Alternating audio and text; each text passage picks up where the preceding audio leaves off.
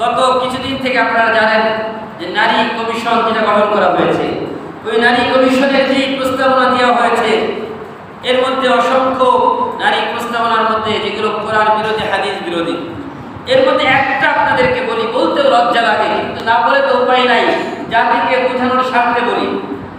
তারা একটা ধারা দিয়েছে যে স্বামী আর স্ত্রী যখন তাদের প্রয়োজন হবে স্বামী স্ত্রী মিলনের জন্য, এখন স্বামীর ইচ্ছা হয়েছে তার স্ত্রীকে কাছে পাওয়ার জন্য, স্ত্রীর তখন আগ্রহ নাই, ইচ্ছা নাই, আর ওই অবস্থায় যদি স্বামী তাকে চাপ দেয় এটাকে রেপ হিসেবে গণ্য করা হবে। স্ত্রী আদালতে গিয়ে মামলা করবে যে আমার স্বামী আমাকে ধর্ষণ করেছে। এই ধারা দেওয়া হয়েছে, আর কি বলবো। তার মানে প্রতিটা ঘরে নারীদেরকে ঘর থেকে বের করার, আদালতমুখী করার একটা নীল নকশা তৈরি করা হচ্ছে। ইসলাম যেটাকে হালাল করেছে, এই হালাল সম্পর্কের মধ্যেও তারা বাগড়া দিচ্ছে, আর হারাম সম্পর্ক নিয়ে তাদের কোনো মাথা ব্যথা নাই। জিনা ব্যভিচারকে তারা কমপ্লিটলি বৈধ দিচ্ছে। তারা বলছে একজন যৌন কর্মীকে গৃহকর্মীর অধিকার দিতে হবে, শ্রমিকের অধিকার দিতে হবে, লাইসেন্স দিতে হবে। চিন্তা করেন, স্ত্রীদেরকে ঘর থেকে বের করে দিচ্ছে রেপের মামলা দিয়ে, ধর্ষণের মামলা দেওয়ার জন্য তাদেরকে উৎসাহিত করছে একদিকে, আরেকদিকে বলছে যৌন কর্মী যারা তাদেরকে গৃহকর্মীর অধিকার দিয়ে, শ্রমিকের অধিকার দিতে হবে, দিয়ে তাদেরকে লাইসেন্স দিতে হবে।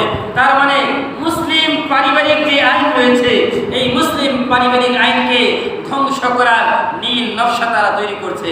এটাকে আর এটা শুধু শেষ না, দেখেন আল্লাহ পাক রব্বুল আলামিন সূরা নিসার 12 নম্বর আয়াতে স্পষ্ট বিধান যে একজন সন্তান বাবার সম্পত্তিতে যা পাবে একটা মেয়ে তার অর্ধেক পাবে।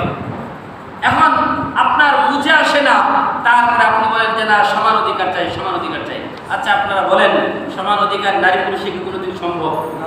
যদি সম্ভব হয় তাহলে একটা মেয়ে তো সন্তান গর্ভে ধারণ করে, কোনো পুরুষ কি সন্তান গর্ভে ধারণ করতে পারবে? বলেন না কেন পারবে? মেয়েদের মাসিক ঋতুস্রাব হয়, কোনো পুরুষের হয়। মেয়েরা আল্লাহ তাআলা তাদের মাসে দৈনিক 7 দিন ইসলাম পালন করে তাদেরকে আল্লাহ তাআলা তাদের জন্য মাফ করে দিয়েছেন, কোনো পুরুষের জন্য মাফ আছে? আল্লাহ তাআলা যেখানে বলেছেন নেতৃত্বের কোন পুরুষের মধ্যে রয়েছে, কেন? আল্লাহ তাআলা বলেছেন একজন নারীর তুলনায় একজন পুরুষের ডবল জ্ঞান আল্লাহ দিয়েছেন। আল্লাহর হাবিব নিজে স্পষ্ট আদি বলেছেন, আর কিভাবে বুঝবেন? এরপরে বলা হয় সমান অধিকার, যেখানে পুরুষের খরচের খাত অনেক বেশি, নারীর কোনো খাত নাই, গত সপ্তাহে বলেছি। তারপরে বলা হচ্ছে সমান অধিকার। সমান অধিকারের নামে মূলত আমাদের মা বোনদেরকে তারা ঘর থেকে বের করে এই মুসলিম পারিবারিক আইনকে নষ্ট করে, মুসলিম পারিবারিক সম্পর্কগুলোকে নষ্ট করা একটা নীল নকশা তৈরি করা হচ্ছে। মনে রাখবেন, এই কোরআন বিরোধী, হাদিস বিরোধী, ইসলাম বিরোধী এই সকল আইন যদি বাস্তবায়ন সমাজে হয়, আগামী দিনে মুসলিম সমাজে সভ্যতা বলতে কিছু থাকবে না।